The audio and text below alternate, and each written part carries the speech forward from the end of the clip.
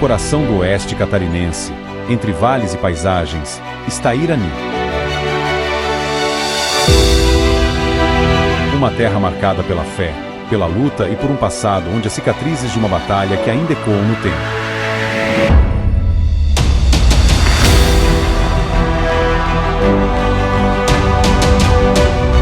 Aqui, a Guerra do Contestado deixou suas marcas, que ainda podem ser vistas, nas histórias, nas tradições e na força de quem segue em frente.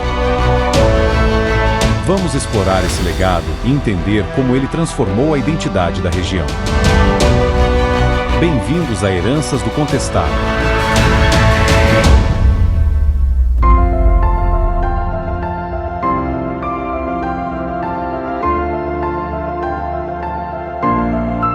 Estamos em Irani, uma cidade com paisagens encantadoras, com um povo hospitaleiro e trabalhador, com uma cultura forte, guarda as marcas de uma das revoltas mais importantes da história do Brasil, a Guerra do Contestado. Um conflito que uniu camponeses e sertanejos em uma luta por terra, justiça e liberdade. Quando José Maria, um monge, ele acaba sendo expulso da região de Taquarussu, ele acaba vindo para Irani. Ele usa uma frase muito simples: vou para junto dos meus. Isso significa que ele já tinha um conhecimento, ele já tinha um contato com a família Fabrício a longa data. E aí, logo na sequência, eles começam a perceber a necessidade de utilizar essas terras, porque elas eram terras que não tinham donos, né? Na visão dos caboclos, essa região era livre, estava aberta, né?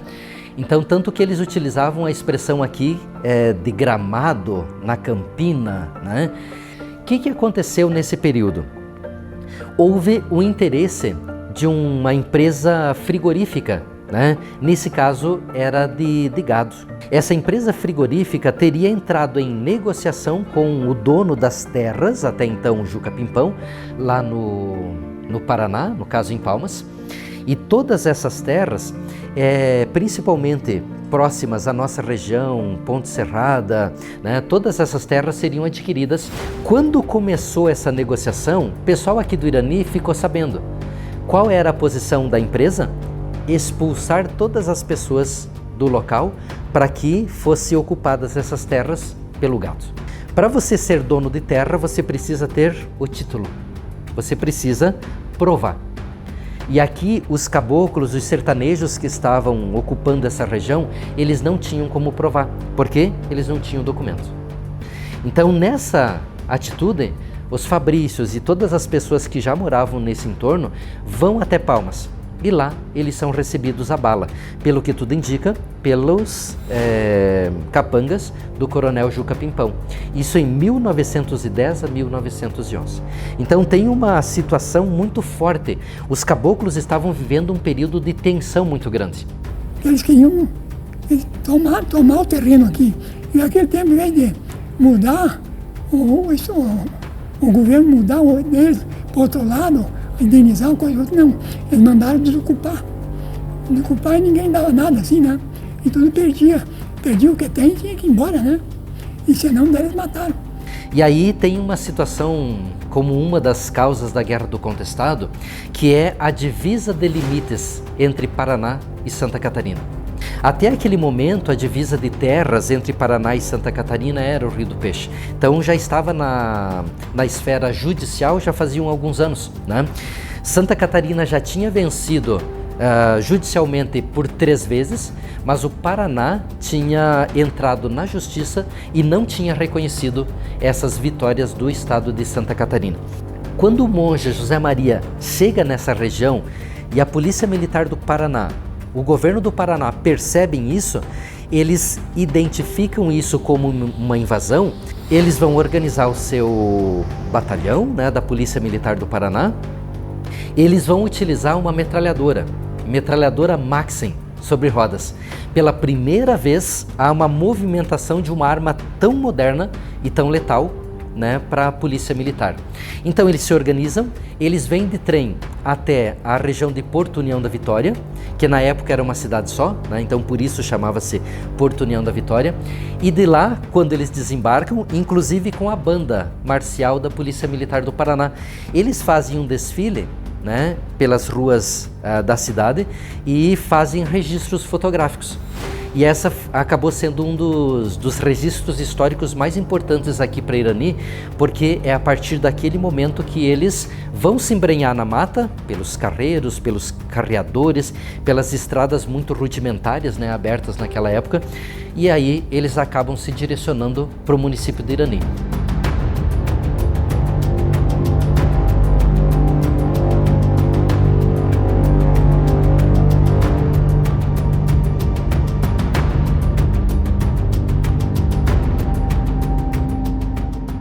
O José Maria, nesse caso o monge José Maria, ele trazia consigo um pequeno livro de oração e ele fazia com que as pessoas ao seu redor utilizassem um patuá, né? Então dentro deste patuá existe uma oração de proteção, né? Nessa oração de proteção fazia com que o sertanejo ele se sentisse extremamente protegido. E o caboclo tinha uma honra em estar com o patuá no pescoço por causa da sua proteção, né? Então era uma característica mística extrema que ele tinha na questão do patuá. Então quando o coronel João Gualberto vem para a nossa região, ele acaba escrevendo um bilhete. Só que como ele estava no meio da mata, né, não tinha os recursos necessários, ele não tinha uma caneta tinteiro no momento. E ele faz um bilhete escrito a lápis.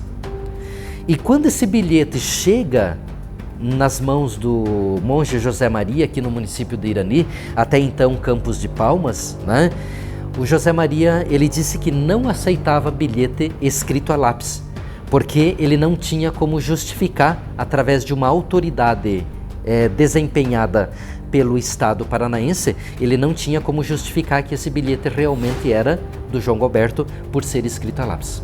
Quando o João Gualberto recebe esses dizeres, né, de forma negativa, que eles não iam estar se entregando por causa do bilhete escrito a lápis, o João Gualberto fica irritado, ele não aceita essa posição. Entrou o monge João Maria, que daí começou a dizer, não, ninguém se entrega. Se eles pagarem, tudo bem, eles dizem, senão ninguém, vamos brigar. E daí começaram. E saiu dali e disse, olha, vamos brigar com todo mundo, avançar nós essa noite, essa madrugada. Não, digo, foi feito as pais, foi para casa, foi feito as pais, não, eles vão voltar. Diz, quem quiser comigo, vamos. E quem não quiser pode ir para casa.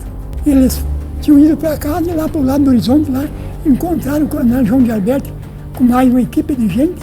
Daí ele disse, não tem nada, vamos matar esses jagunços. Os caras, não, fizemos as pazes, vamos embora, não, vamos matar, vamos matar. Voltaram.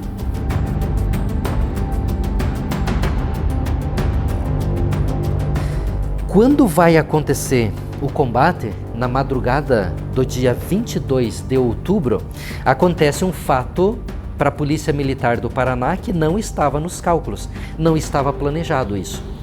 Quando a metralhadora Maxim estava carregada por uma mula dentro do rio São João, esse caboclo Roque, ele acaba fazendo um movimento muito brusco na lamparina e a mula acaba se assustando e dá um pinote. E nesse pinote a metralhadora vira. Fez com que todo o pente e a munição acabasse encharcando. E quando o pente de munição acaba encharcando, ele acaba inchando. E esse vai ser uma característica importante para o combate. Quando chega mais ou menos em torno de 5h50, 6 horas da manhã, o coronel João Gualberto ele chega no local onde hoje é o sítio histórico do Contestado. Ele observa de longe, no local, 3 casas, né, que eram casas de caboclos, de imigrantes italianos, tinha-se uma mistura de personalidade, por isso que a gente utiliza a expressão sertanejos, né, porque aí a gente junta também a questão dos imigrantes que estavam envolvidos nessa situação. E ali o João Gualberto posiciona a metralhadora Maxim. Era uma metralhadora confortável, inclusive O coronel ele podia sentar na metralhadora e podia fazer essa movimentação, né, de 180 graus na metralhadora. Então ele se posiciona nesse momento. Os soldados estão se organizando. Alguns caboclos vão permanecer próximo às casas, mas nas casas estavam as mulheres, as crianças. Era o local onde eles conseguiram se organizar para se proteger. De um lado direito, do lado esquerdo e por trás, os caboclos e sertanejos começam a se organizar. Então, quando o João Gualberto posiciona a metralhadora, os soldados estão organizados e aí acontecem os primeiros tiros. E daí o irmão João Maria, ele fazia oração e sabia, né?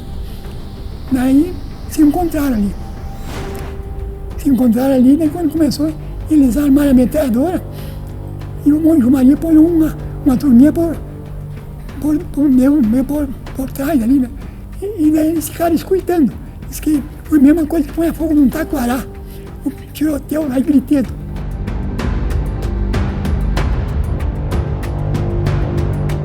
O soldado Rosa identifica o monge José Maria por causa do gorro de jaguatirica que ele utilizava, identifica o monge, atira, acerta e mata o monge. Quando os caboclos perceberam que o monge tinha caído, eles de imediato já lembram: eu vou morrer no primeiro combate. A profecia do monge tinha se cumprido, mas eu vou ressuscitar um ano depois. Isso fortaleceu os caboclos, que identificam o João Gualberto que estava na metralhadora, que pelo que tudo indica, também pela história oficial da Polícia Militar do Paraná, dá 2, 3 tiros e engasga, de acordo com a posição deles, porque ela tinha caído no córrego, né? Tinha molhado o pente da munição, e aí esses 2 ou 3 tiros engasga e o João Gualberto não tem o que fazer a não ser lutar corpo a corpo. Os caboclos vêm de todos os lados e os fuzis que são utilizados pela Polícia Militar do Paraná só servem na verdade para se proteger. Os soldados não têm mais a posição de liderança e eles acabam se afastando e eles saem do combate. Os caboclos começam a perceber que o tiroteio parou. E aí eles começam a perceber que a história foi trágica, que não era para ter acontecido daquela forma. Os caboclos, alguns estavam preparados, muitos não estavam preparados, porque os caboclos utilizavam um facão. Alguns para cortar a erva mate, um facão de aço, facão de ferro utilizado tradicionalmente, e muitos dos caboclos não tinham aquele facão tradicional. Então eles faziam o facão de guamirim. Então, se tornou símbolo aqui do Irani 2 características interessantes. A primeira delas, armas. O caboclo, o facão de guamirim. O soldado, a metralhadora Maxim, a coisa mais moderna, a ferramenta mais moderna que eles tinham até então. E ela acabou falhando. Depois que terminou tudo, ele foi lá ver se tinha morrido os parentes, amigos, as coisas, foi lá. Daí foram tratar de enterrar. Eles estavam em 4. O meu avô, o Gabriel Fabrício, né? 2 foram fazendo a cova e os outros 2 puxando, parece um cor de vaca, e puxar lá na cova dos 21. Porque não dava tempo de medo dos outros avançar, né? E daí o falecido meu avô, ele contava que ele não foi lá ver quantos morreram dos outros, porque ele não podia ir lá no meio, né? Ele tratou de enterrar os dali. É que eles foram identificando e pegando os corpos em círculo, né? Então encontrava um corpo naquele local, levava até a vala. Procurava, encontrava, trazia na vala. Procurava, um pouco mais distante, encontrava, trazia na vala. Irani é o único local da história do mundo, em todos os locais, em toda a história, não existe um local de combate em que tenha morrido os 2 líderes no mesmo combate. Em questão de 20, 30 minutos, o líder dos sertanejos, o monge José Maria, caiu prostrado por uma bala militar, enquanto que o coronel João Gualberto Gomes de Sá acabou caindo prostrado pela violência, né, pelo desespero dos sertanejos naquele momento.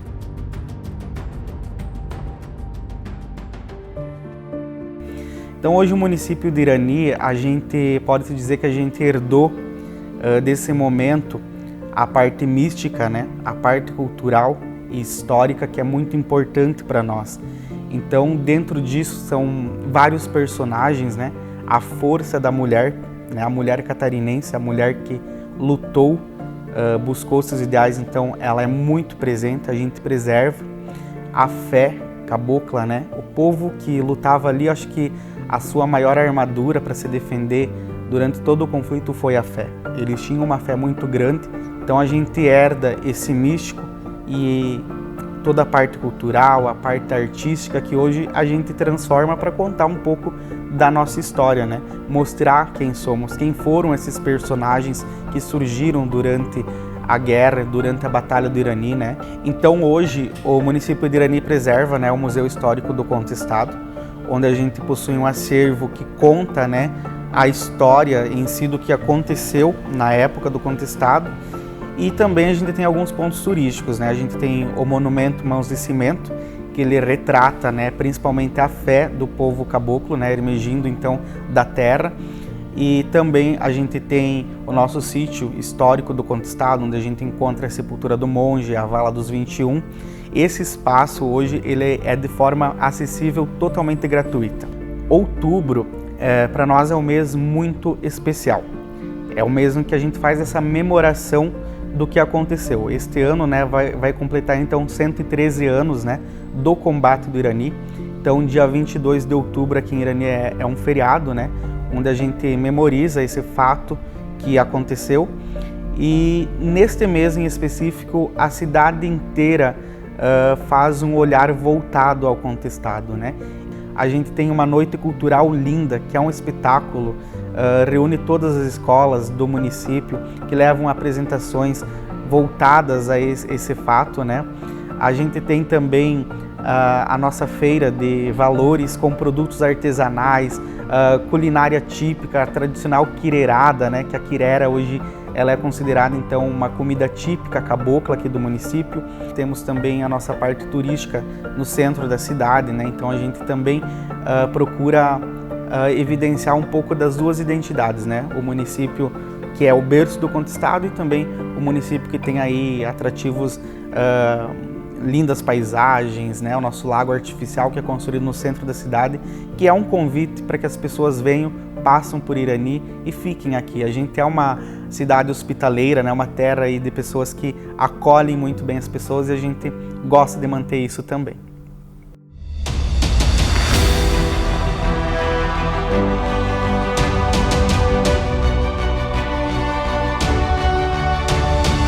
Descubra a história viva da Guerra do Contestado.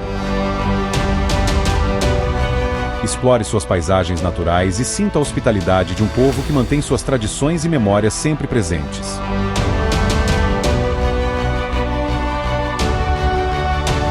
Uma viagem pelo tempo, pela cultura e pela essência do sul do Brasil.